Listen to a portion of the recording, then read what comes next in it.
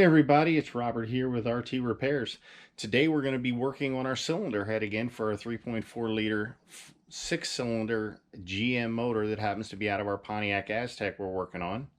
So we got our cylinder head here on the bench. Don't worry guys, we're going to get this thing cleaned all up. Right now what we're mainly working on is lapping the valves. And what I mean by lapping the valves is, let me get this one out. So if you can see right here on this ridge, this valve is actually fairly clean because I just did it. And where it meets up right here with the seat, sometimes those will get pits in them.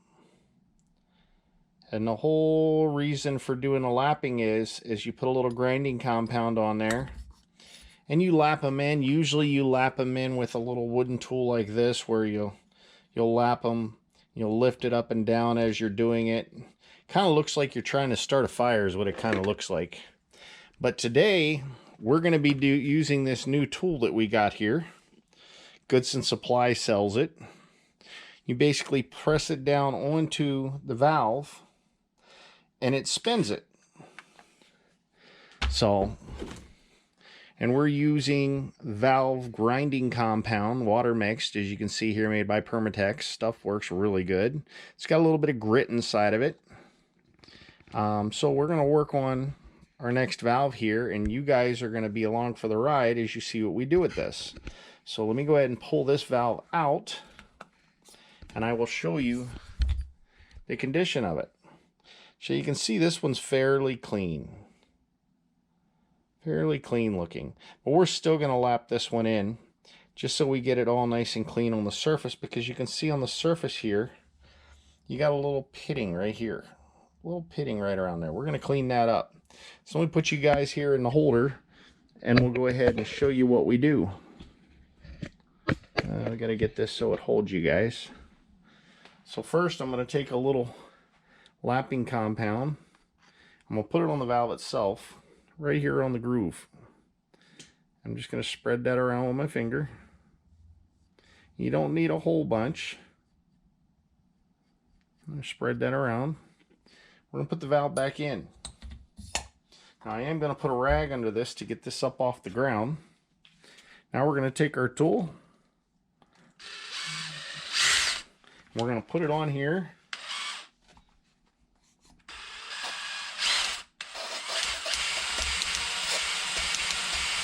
Basically, I am lifting the valve up and down, letting it spin, and then letting it touch back down.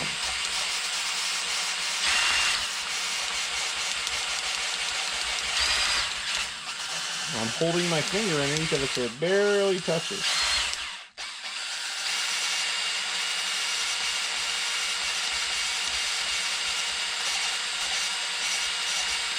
And I'm bouncing the valve up and down as I do this.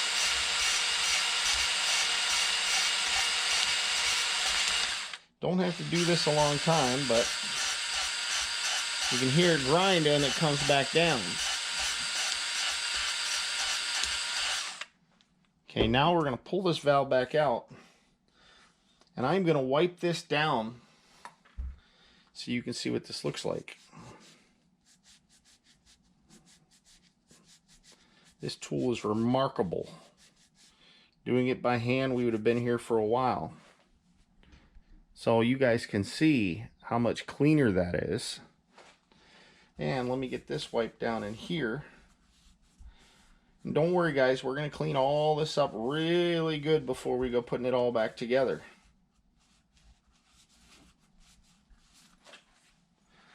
So you can see now, right here on my lip, that's perfect, going all the way around now. Perfect. No pits in that anymore. It's perfect looking. So that will help that valve seat in there perfect. So Goodson Supply is mailing us.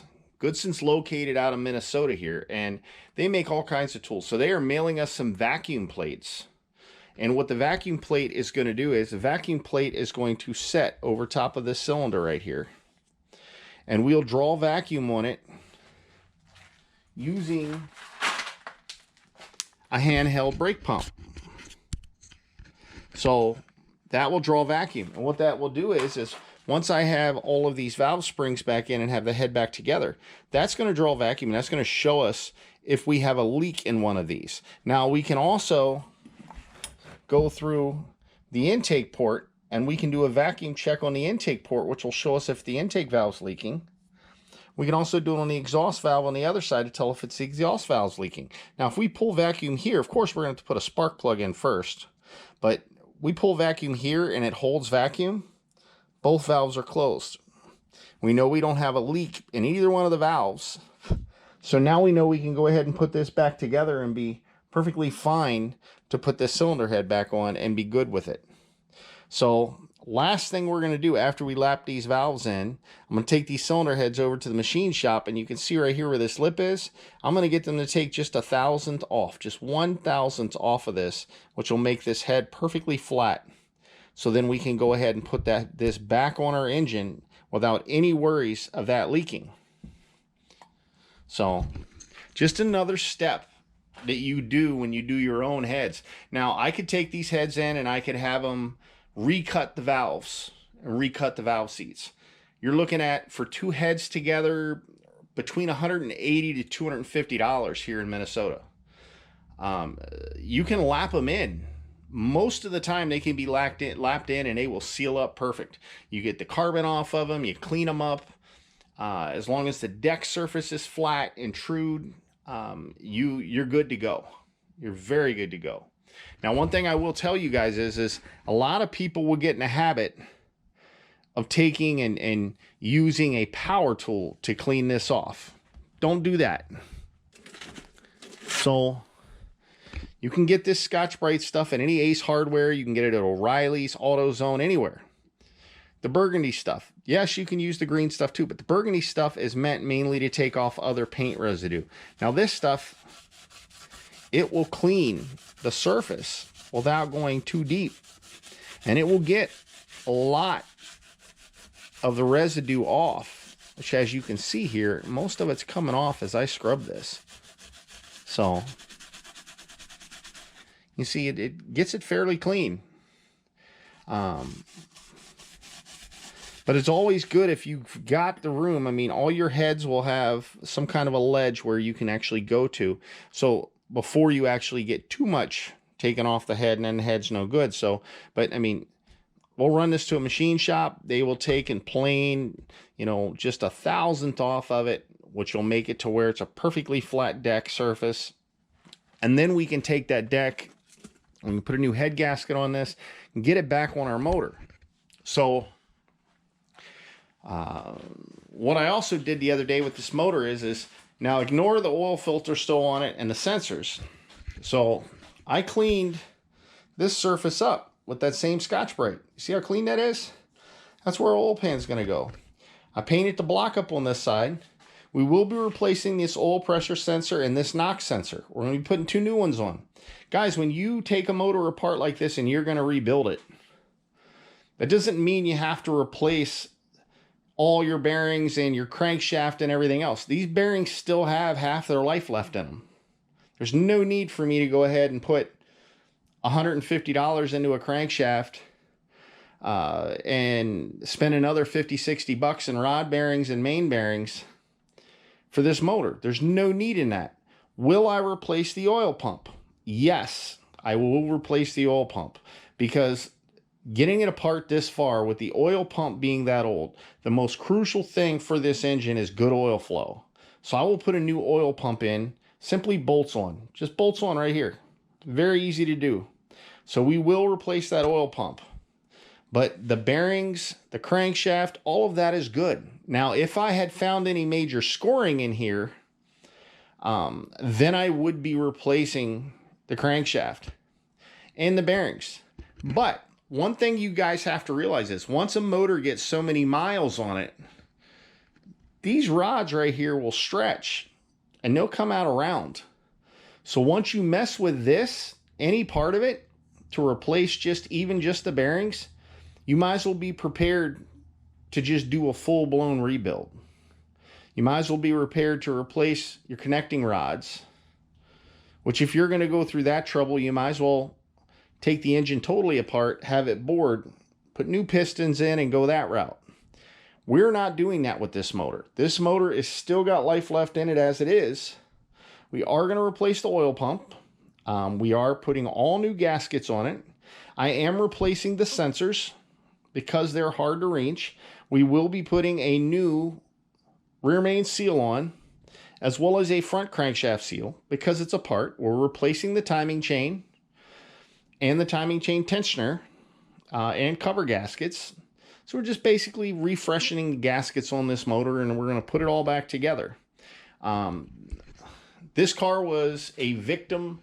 We wouldn't have had to do all this. So, you know, if you have a coolant leak, figure out if that engine has an issue for a cooling leak. You know, 3.4 cylinder or 3.4 6-cylinder GMs are known to have a lower intake gasket leak. Had the owner of this car simply just got the lower intake gasket done, as soon as you remove that lower intake, you see the gasket, how it's cut and how it's broken. If you guys go to the Facebook page, you can see what one of those gaskets look like when it's deteriorated. They could have simply bought the lower intake gasket or the intake gasket set, which comes with the upper and the lower. They could have had that done at a mechanic for probably about $400 with parts. Simple job. Instead, they chose to put stop leak in this motor. They put so much stop leak in this radiator that when I pulled the radiator out of this Aztek, it was full of fluid, but nothing came out of the bottom of it. It was that full of stop leak. So that's the reason why I pulled this block. You know, I had to clean the coolant ports. I had to get all of that out of there. So it's going to get all new hoses. It's going to get new belts. It's going to get new pulleys. And we're going to do, you know, all new replacement components. Now, what does this cost for a 3.4? So I order all my parts from Rock Auto. I do get some parts through First Call Online, which is O'Reilly's. You can get a commercial account through O'Reilly's. Especially if you work on vehicles all the time, go to local O'Reilly's and ask them if they can set you up with an account, a house account. They will. You'll get a good deal on your parts. And I shop both of them. You know, sometimes it's worth paying a little more for the part up front from O'Reilly's than it is paying for multiple shipping charges from Rock Auto. And do I buy parts from eBay? Not really. Because a lot of the parts I get from there, I don't know where they're coming from. Engine Tech, I will buy parts from them all day long. They make very good parts. Detroit Bearings makes very good parts for hubs and everything else on eBay. But for the most part, I order everything from Rock Auto. I can trust their parts. They got excellent customer service. And I don't get paid by them for saying this, guys. Shop with them. I've been shopping with them since they started. But yeah, you know, the next video we're going to go through, I'll have this head, all these valves lapped. And I will show you guys how to put the springs back in this head and get this head back together. And then we should have a video coming up where we're going to put this block back in the vehicle. So I plan on having a video out to you guys at least every 2 days is what we're aiming for right now, until we get this vehicle done with. So once we got this one done, we're going to do some more work on the Jeep. Right now in Minnesota here, it's been almost 100 degrees every day with almost 100% humidity. And I do work all day long, but when I get home at night here, I've been trying to work on this at least for a couple hours each night. But we will keep you guys informed of what's going on, and thank you guys for watching. Tell your friends to watch us. We're going to get better the more we do this. So, but we appreciate you guys for sticking around. We'll see you later. Yes,